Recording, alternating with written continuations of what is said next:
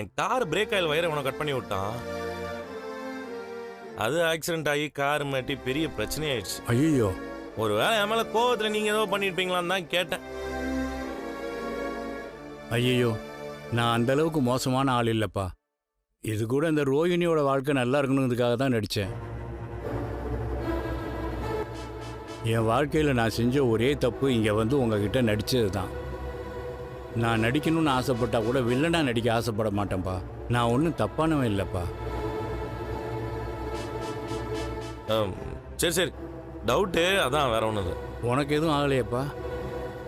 இல்லை, ஒன்றும் இல்லை. ஒன்றும் ஆகாதுப்பா.